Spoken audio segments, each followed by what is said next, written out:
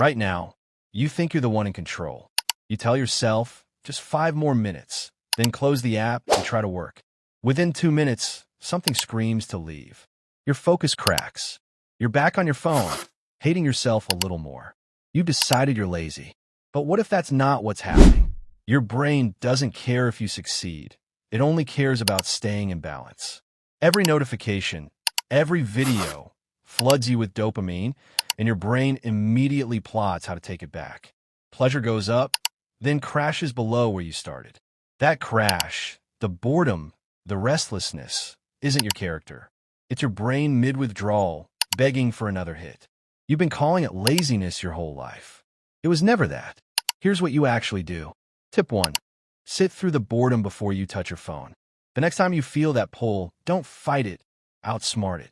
Phone in another room. Tabs closed. Sit for 2 minutes doing nothing. It'll feel unbearable at first.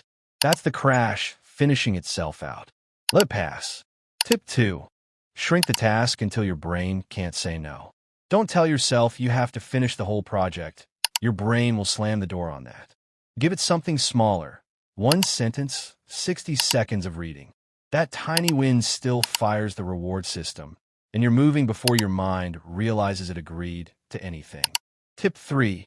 Move within 5 seconds, no negotiating.